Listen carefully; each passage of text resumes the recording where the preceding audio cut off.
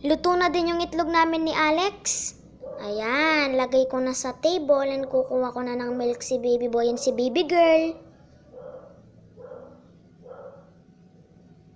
Ayan, ito yung kay baby girl and ito yung kay baby boy. Ito na yung milk. Lagay ko na din sa table and gigisingin ko na yung mga kids.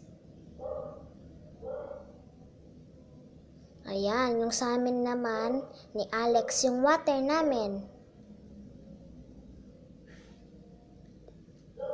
Mauna na yung akin. Yung kay Alex naman. Ayan, lagay ko na din sa table and gigisingin ko na sila. Mga anak, gising na. Oh, good morning po, Mami. Good morning din, anak. Jacob, gising na. Oh, good morning po, Mami. Good morning din, anak. Magbihis na kayo. Tatabi ko na yung mga damit nyo. Ayan. Saro doon.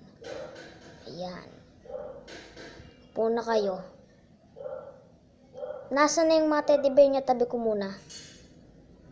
Ayan, nasan? Tabi ko muna to, mamaya nyo na lang laruin. Opo, Mami. Ayan.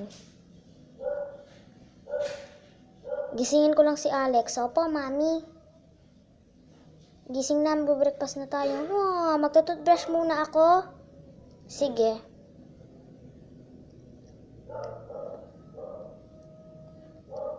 Dito yung akin. Hindi din to yung akin. Ah, ito yung akin. Lagay ko muna sa lapag. Tabi ko muna itong toothbrush ni Alex and ni Natalie.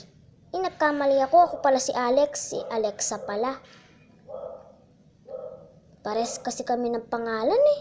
Pinangalan pa kasi ako ng Alex. Alexa kasi siya. Ayan. Tara. Ang sarap ng itlog. Ang sarap. Lumambig ngayon yung tubig ha.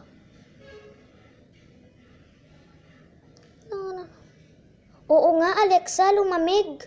Kainin nyo na yung cereals nyo. Mami, ang sarap. Masarap talaga yan. Kainin mo na, baby boy.